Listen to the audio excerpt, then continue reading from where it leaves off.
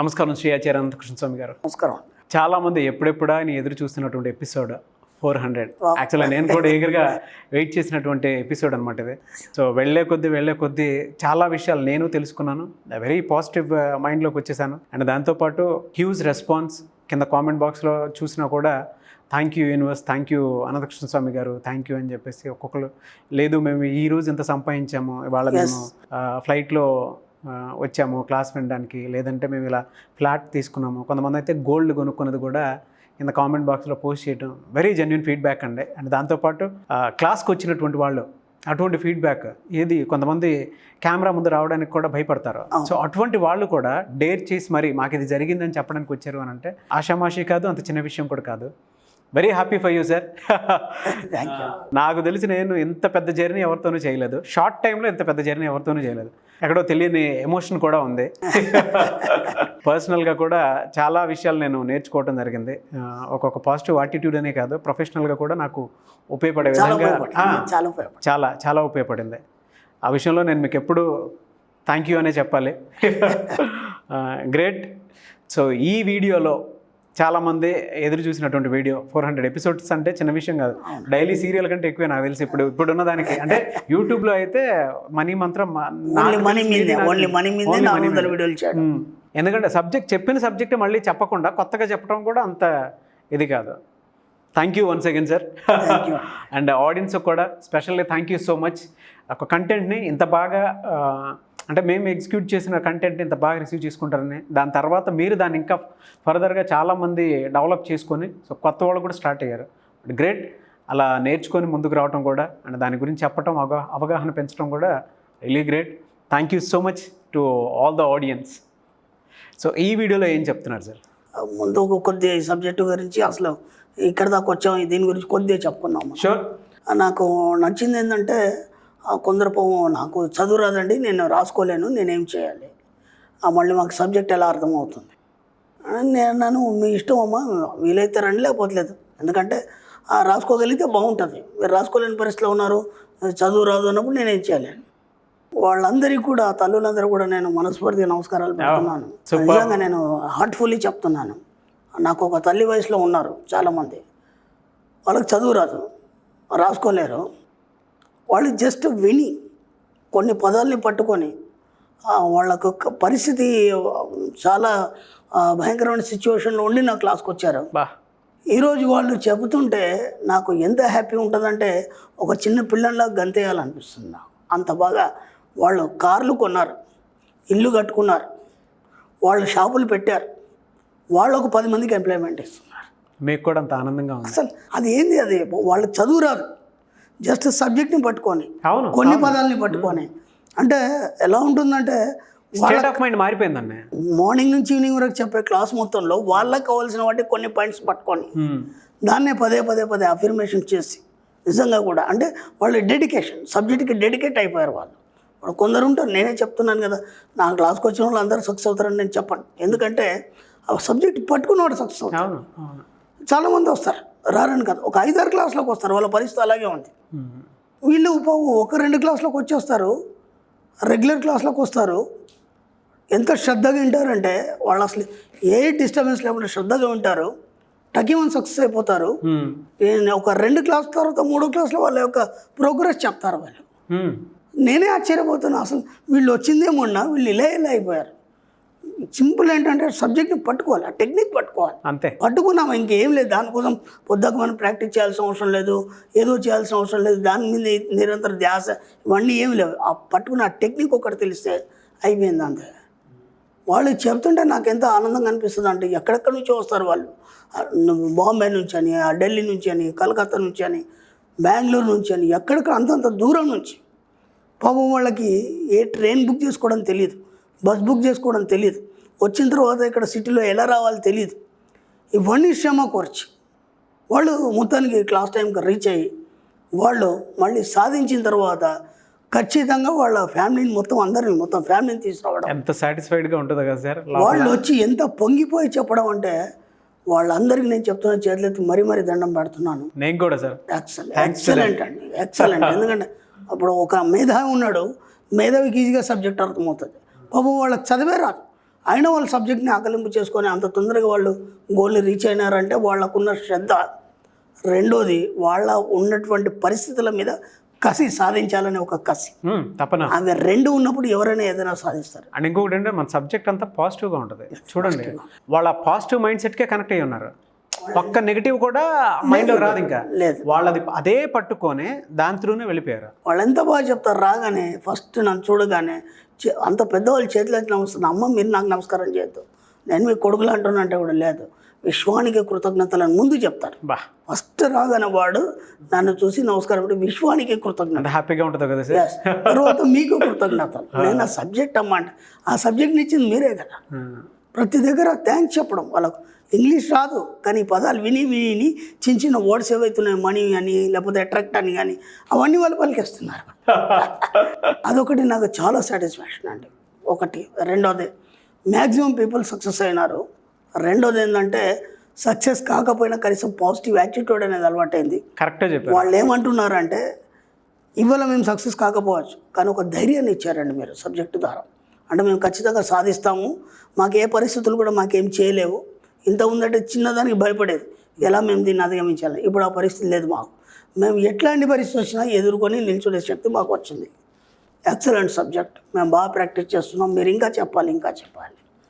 వాళ్ళందరూ ఆశీర్వాదం ఉంటే ఇంకా ఇలాగే కంటిన్యూ కొనసాగుతుంటుంది. 400 ఎపిసోడ్లు ఏంది మనకి, ఇంకా 1000 ఎపిసోడ్లు అని మనం అనుకున్నాం. ఖచ్చితంగా పోతూనే ఉండి ఖచ్చితంగా చేస్తూనే ఉంటాం. ఒక్కసారి ఈ హ్యాపీనెస్ని కేక్ కటింగ్తో షేర్ చేసుకుందాం. ఓకే, థ్యాంక్ యూ అండి.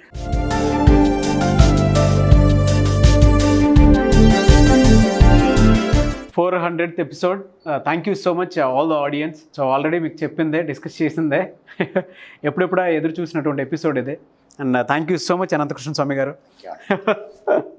ఈ సందర్భంగా ఈ యొక్క సబ్జెక్ట్ని సమాజంలో తీసుకొచ్చేసి చాలామందిని ఒక ఉన్నతులుగా తీర్చిదిద్దినటువంటి అవకాశం ఇచ్చినటువంటి సుమన్ టీవీ వారికి, అలాగే నాకు ప్రతి క్షణం ఏ సమయంలో అయినా సరే నాకు కోఆపరేట్ చేస్తూ ప్రతి దగ్గర కూడా ఎక్కడ కూడా ఇబ్బంది కాకుండా నా ఎపిసోడ్స్ అన్నీ నిరాటంకంగా అందరికీ చేర్చేలా ఏర్పాటు చేసినటువంటి నాగరాజ్ గారికి మరీ కృతజ్ఞతలు. మీకు కూడా సార్. Thank you. అండి.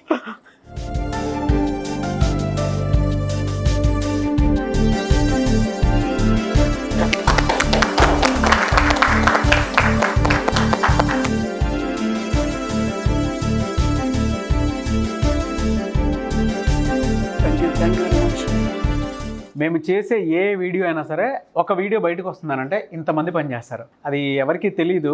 యాక్చువల్గా టీం మొత్తం ఉన్నారు, ఇంట్రడ్యూస్ చేద్దామని ఒకే కారణంతో ఇవాళ ఈ ఎపిసోడ్ స్పెషల్ కాబట్టి చెప్తున్నాను.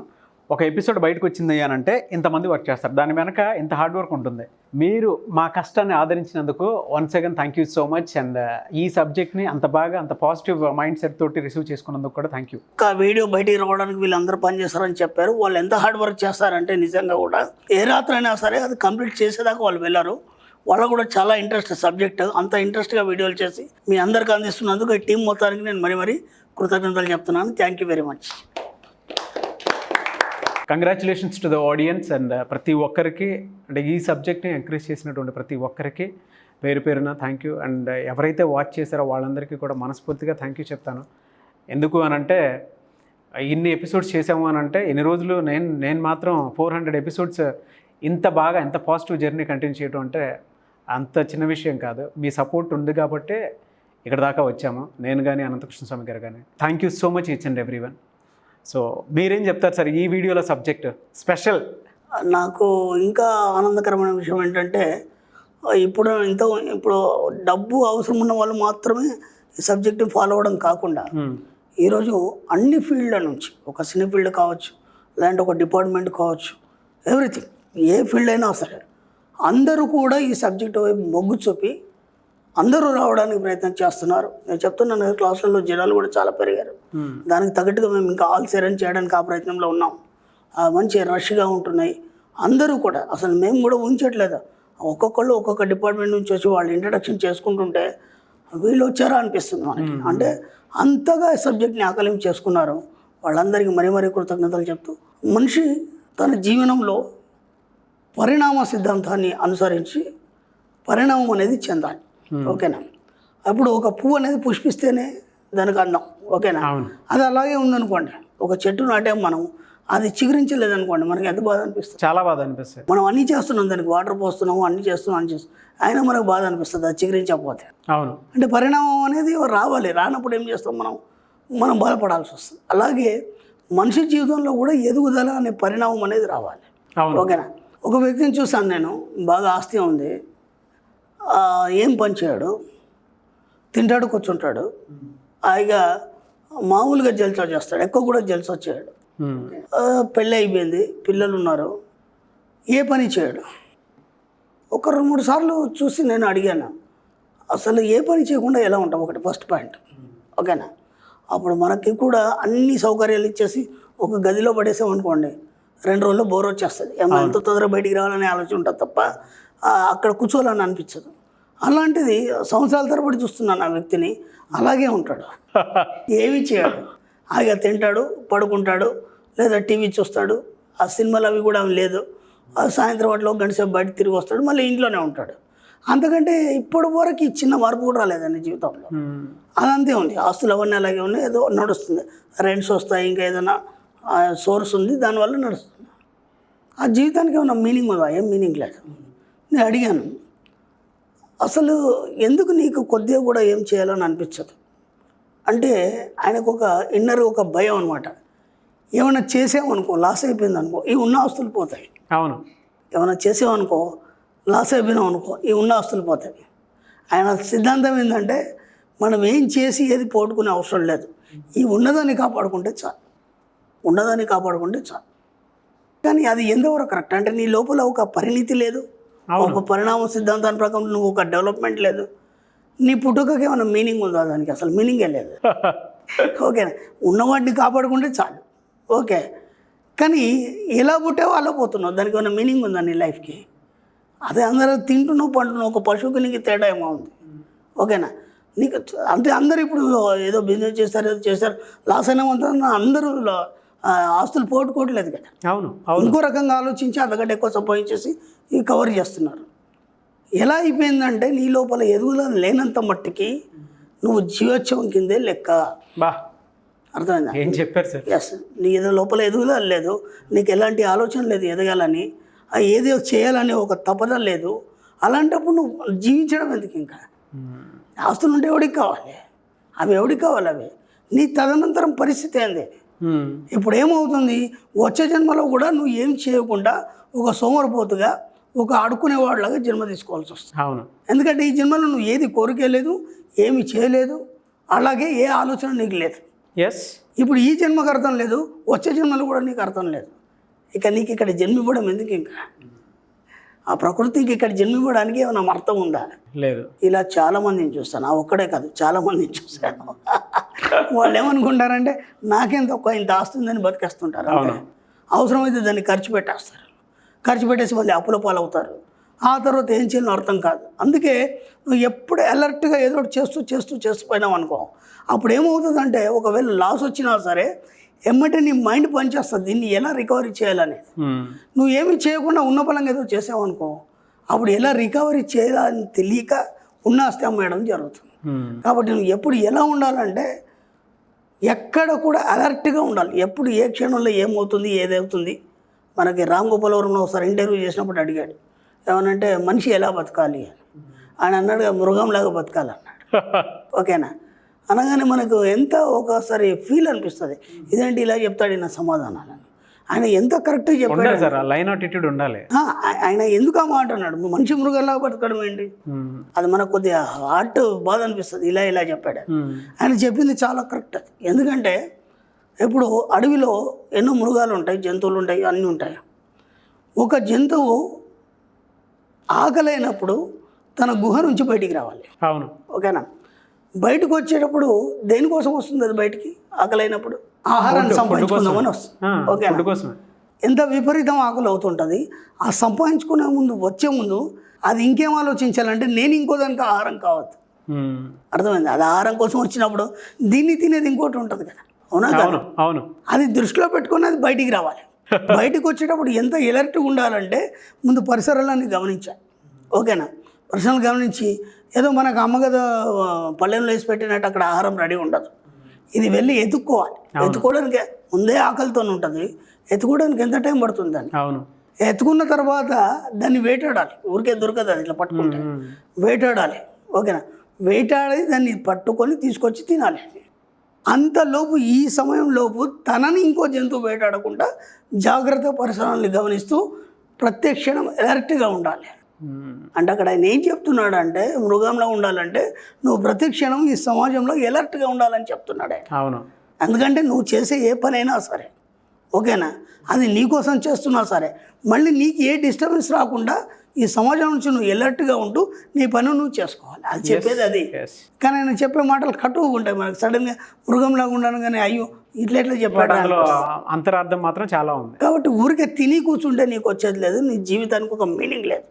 కాబట్టి ఎప్పుడు కూడా మీరు ప్రత్యక్షణం ఎలర్ట్గా ఉంటూ ఈ సమాజంలో ముందుకు పోవాలన్నప్పుడు నీకు కాంపిటీషన్ బోలెడు మంది ఉన్నారు. ఆ కాంపిటీషన్స్ అన్నింటినీ ఎదుర్కొంటూ నువ్వు అందరికంటే పై స్థాయిలో ఉండాలి అన్నప్పుడు ప్రత్యక్షణం నువ్వు అలర్ట్గా ఉండాలి. ఊరికే అట్లా కూర్చొని తిని నాదేం పోయింది, నాది ఆస్తి అలాగే ఉండాలి, నేనేమైనా చేస్తే పోతుందనే ఆలోచనతో నువ్వు బతికితే మాత్రం జీవోత్సవంతోనే లెక్క. ఆ జీవితం బతకడం కూడా బెస్ట్ నా ఉద్దేశం. అది. Thank you so much Shri Acharya Anantha Krishna Swamy garu. Thank you అండి.